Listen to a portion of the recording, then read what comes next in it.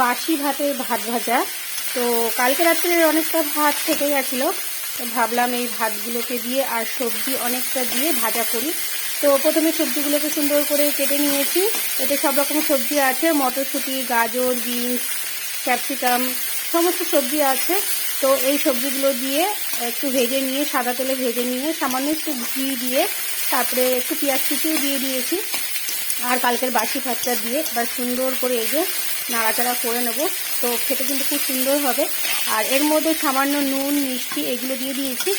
তো এইভাবে বাসি ভাত ফেলে না দিয়ে, আর এখন তো শীতের সময় ভাত নষ্ট হয় না, করো ঝড়ো ঝড়ো হয়ে যায় সকালবেলায় ঠান্ডাতে। তো এইভাবে একটু ফ্রাই করে নিয়ে সকালের টিফিনেও খেতে পারো, আর দুপুরে লাঞ্চেও খেতে পারো, কোনো অসুবিধা নেই। তো এর সাথে একটু চিকেন বা একটু তরকারি, যে কোনো তরকারি দিয়ে খাওয়া যেতেই পারে। আর এর মধ্যে যদি একটু ডিম ভেঙে দেওয়া যায় তাহলে অন্য কোনো তরকারির প্রয়োজন হয় না। এগুলো খুব সুস্বাদু হয় খেতে। তো বাসি ভাত ফেলে না দিয়ে এভাবে একবার ট্রাই করে দেখো, দারুণ লাগবে।